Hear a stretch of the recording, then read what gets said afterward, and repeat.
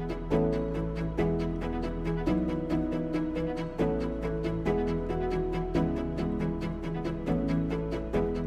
there, and welcome to UnSCRIPted. I'm Angela Kashuba, Dean of the UNC Eshelman School of Pharmacy. We have an amazing community at the school with a shared goal of solving the world's most pressing healthcare challenges. And I am excited for you to hear unscripted stories from faculty, staff, students, alums, and partners. And today I've invited Dr. Suzie Harris to my office for a conversation. Welcome, Suzie, and thanks for being here. Yeah, thank you for inviting me. So you are a big fan favorite of our students. You have won so many student awards for teaching. So can you talk about how you connect with our students and maybe a little bit about the secret sauce? Oh gosh, secret sauce. I'm not sure about that. Well, first of all, thank you for those kind words. Anytime I am awarded, something related to teaching, it's obviously very humbling and it's an honor, really. To be part of this school and to be able to be in the classroom with the students is absolutely probably my favorite thing to do that I wear as an academician. And I think the connection piece, I wouldn't say necessarily came completely naturally to me when I first came into academia and teaching. Okay. I didn't know that I was going to enjoy teaching as much as I do. And I think a lot of it also has to do with the content that I get to teach. Okay. And my practice area being in psychiatric pharmacy and mental health, because I'm so passionate about that and I get to bring forward what I do in practice into the classroom. I think that part became natural too. It wasn't so daunting to just teach, but then actually just kind of share knowledge and hopefully grow their knowledge in this content area, but also allowing them to see how the importance of mental health for their patients, but also for themselves has been something that sort of came to me more in when I first started, teaching. I think for me, the connection in the classroom has to do a lot with what I am able to share with them around mental health and psychiatric pharmacy, and understanding that it was more than just talking to them about how we treat our patients, but then also for what we are seeing in trends in college-age students, especially during the pandemic around mental health. I realized that it wasn't just about this is how it's going to be helpful for you as a future pharmacist, but this is going to be helpful for you as a professional. And if you take care of yourself, then you're going to take care of others. And so I think that being able to relate that to them or make that content relatable to them helps build that connection, right? So they weren't just sort of learning and memorizing drugs. Hopefully that's not what they were just doing. They were really thinking about, how is this important to me? How am I going to use this in my profession? But how can I think about broadly mental health for myself and how that's going to help me as a team member? It's going to help me as a future pharmacist. It's going to help me in the community or what have you. It's also going to help me with any peer or family member I'm going to work with. And so I think for me, it was thinking about, what kind of examples can I bring to the classroom on how I do it in my life, how I do it with the patients that I work with, and try to make that connection to how they can take that information and carry it forward. That's, I think that because I'm passionate about what I do, I think hopefully that resonates to the students. Yeah. So how did you get into psychiatric pharmacy? Yeah, that's a really, I love speaking about this. So I had, one thing I really believe in is mentorship. And I had an amazing mentor, and where I went to school in the University of Texas in Austin, and at the time, Dr. Krisman was my mentor in my research project, and he was doing psychiatric pharmacy, and he was one of our 4 founders in psychiatric pharmacy in Texas and for the profession in general. And so it was through that first connection both in the classroom, but then also on a research project working with him, and then seeing what he was doing with his fellows and his residents in that practice. It just kept connecting both in the classroom and then when I went on rotations and in the research project I did with him, it was always the area that I kept coming back to. I think mental health or psychiatry sometimes for some people is a gray area, and that can be scary for a lot of people. We don't always know what's happening in the brain. And for me, I liked that gray area because I felt like if we can really understand how the medications or how we believe the medications are working, we can really tailor and have targeted selections for our medications. And and sometimes the other members of the team don't know that as nuance. And so I really felt like that was the role. As well as I just felt like trends that I was seeing around the growing rates of mental health in our country, for patients, and now I'm seeing it in the profession as well. I just really felt like it was an area that I was really drawn to and could have an impact. Yeah, right, yeah. So you are nationally known for well-being, and you're a leader here. You direct our well-being initiative here at the school, as you mentioned.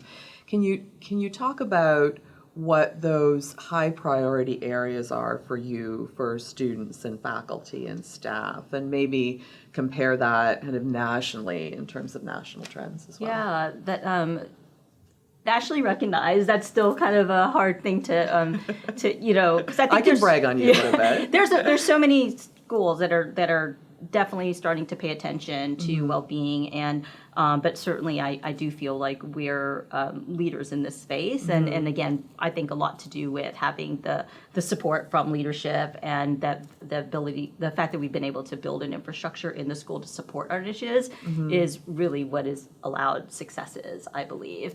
Because when I speak with others at other schools that are starting to be interested in what they can do for their community, it's sometimes in some schools an N of 1 or an N of 2, and they don't know where to start, and they don't necessarily have that culture of support to do that. And so I feel so fortunate that we've been able to have that here through you, and before you, Dean Thacker, when it all started, about 4 years ago.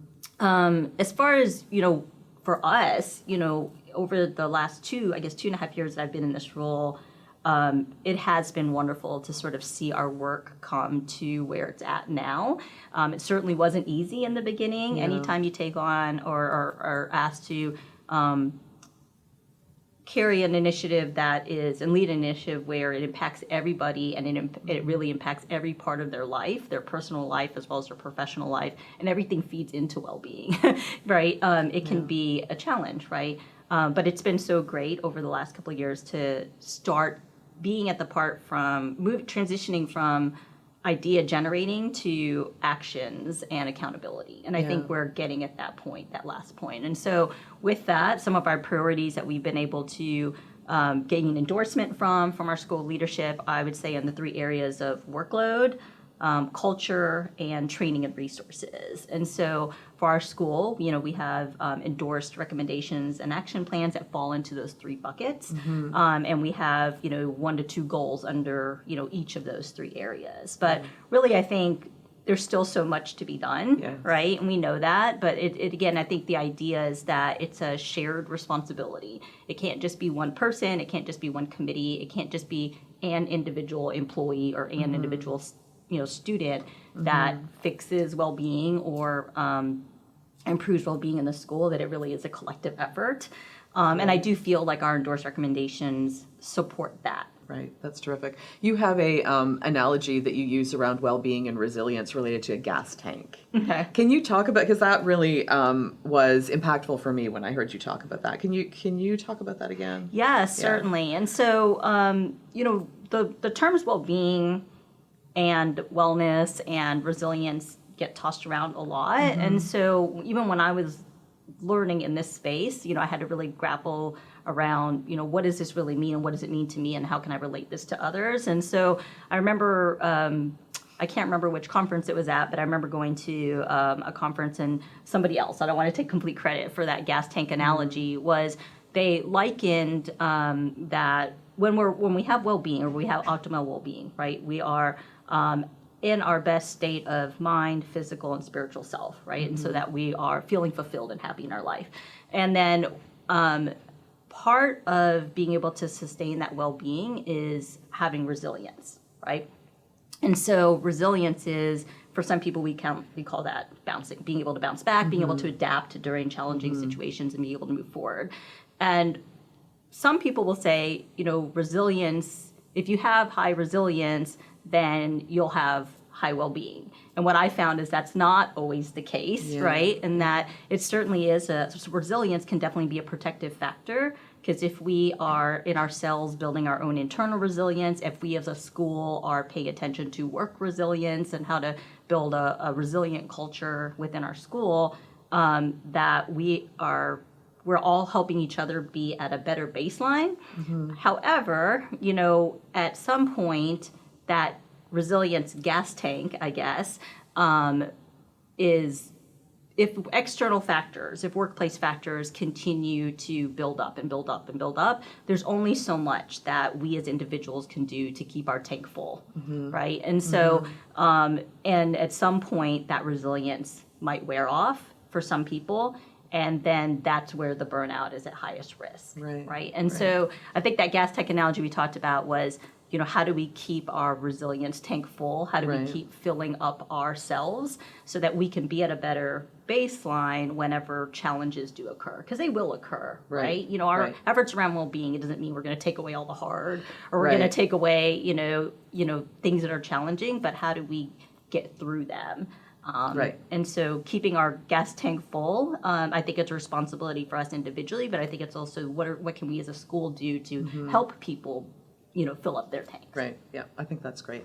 I'm going to switch gears a little bit. I know you're from Texas. Yes. I know you love cowboy boots. You're not. Oh, you're actually wearing some cowboy boots today, maybe we could say.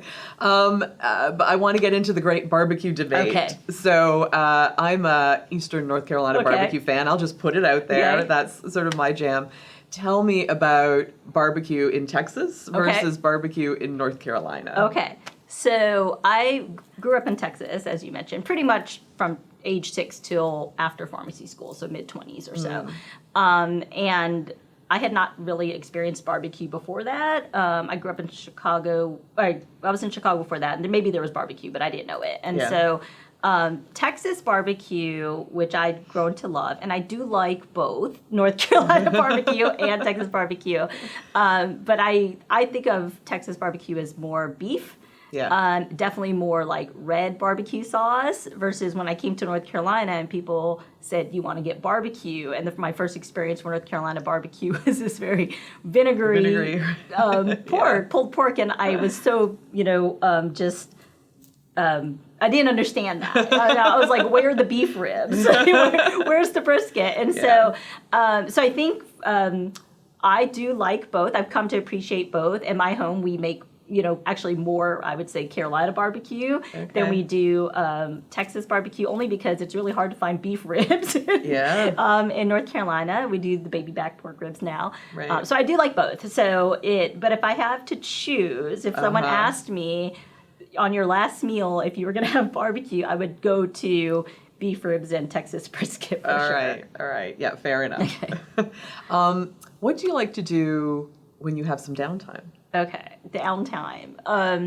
When I have downtime, I really try to think about where have I not paid enough attention to outside of work. So that could be for me. It could sometimes be for my children that I'm spending more time with my spouse, what have you. But if it's, I'll start with me. So if I have downtime and I'm, thinking, gosh, what do I really want to do this weekend? To catch up on just filling up my cup. My favorite things to do, if it's nice weather, and fall is my favorite time of the year here in North Carolina.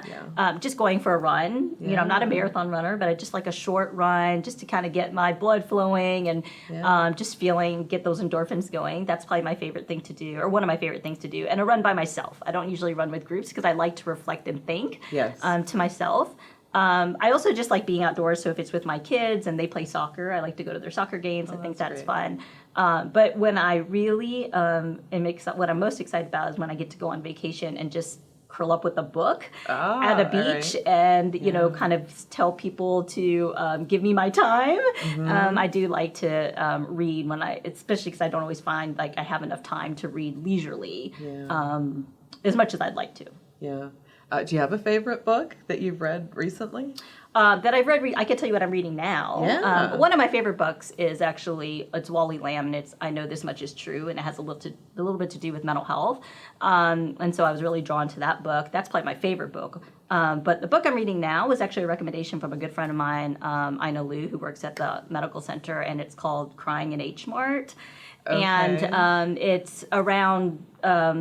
I'm not done with it, but it's a dynamic between an Asian daughter and her mother, and growing up, moving to the United States or America as a young child from the daughter's perspective, and kind of growing up in that culture with an immigrant mother. And you can relate with that. I grew up Filipino American. I think the book is focused more around Korean culture. But what I really love about it is it brings in another one of my loves is food, and it brings in kind of how we bond in culture with food and the memories that makes. Yeah. So I'm enjoying it so far. Oh, that's great. So talk a little bit more about that, about food and culture for you and what that means at home. Sure. So I mentioned that I grew up in Texas. So I actually grew up in a small town in West Texas. We moved there when I was 6 years old. And there weren't a lot of people that looked like me or my family. There's a lot of diversity in that town. There was a more like Hispanic culture being on the border of Texas and New Mexico. Yeah. But there wasn't a lot of Asian culture, and certainly not Filipino culture there when I first moved there. And so I acclimated well. People in Texas are very friendly, just like here in North Carolina. And so that part wasn't hard. But I remember feeling like some of my best memories are the parties that my mom would hold as more Filipino families started moving to that town. A lot of nurses, there was a hospital system there. And so that's where a lot of the other communities that we connected with, Filipino communities we connected with. And so I just remember these parties and potlucks and people bringing in different foods from their different regions of the Philippines that I got to try that weren't always the daily dishes my mom would cook. And so I just remember that being a big part of my growing up in West Texas, because it was very different than my life outside of my home. School and my friends that didn't necessarily have that same culture that I have, but being like at home feeling like I still was learning a lot about the culture. And I felt like my dad both felt that was really important. Yes. And we did that a lot through food as well as just community. Yeah. That's a really big thing in our culture too. So with my daughters, I'm trying to instill that. I'm not necessarily the best cook.